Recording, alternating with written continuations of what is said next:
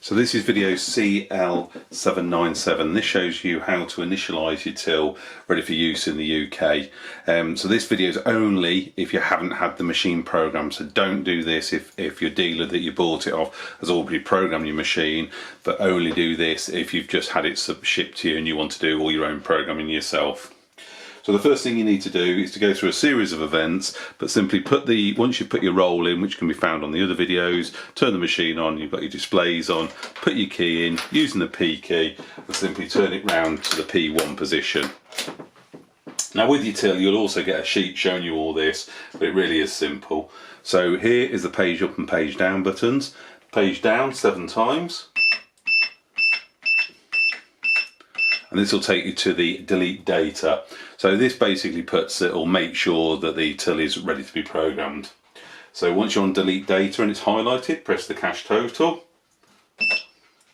and then press the page down again 5 times until it says delete all data. Press the cache total again, which acts basically as an enter button. Enter again because it wants you to confirm it.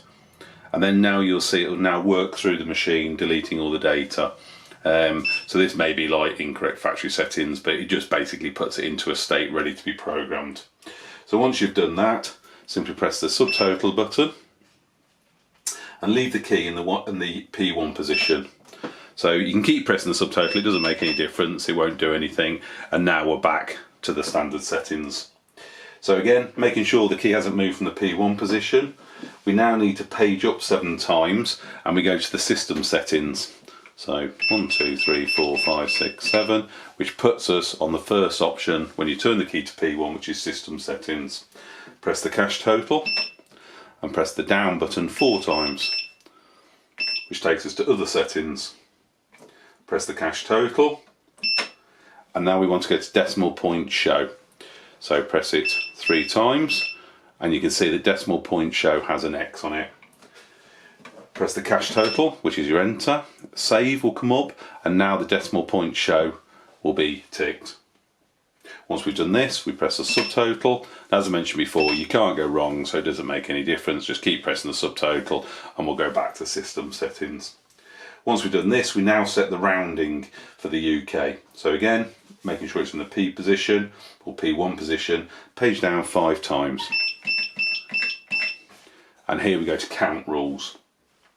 Press the cache total button to go into it. And once we've done that, now page down to round position. Cache total to go into that. And here we go to third decimal.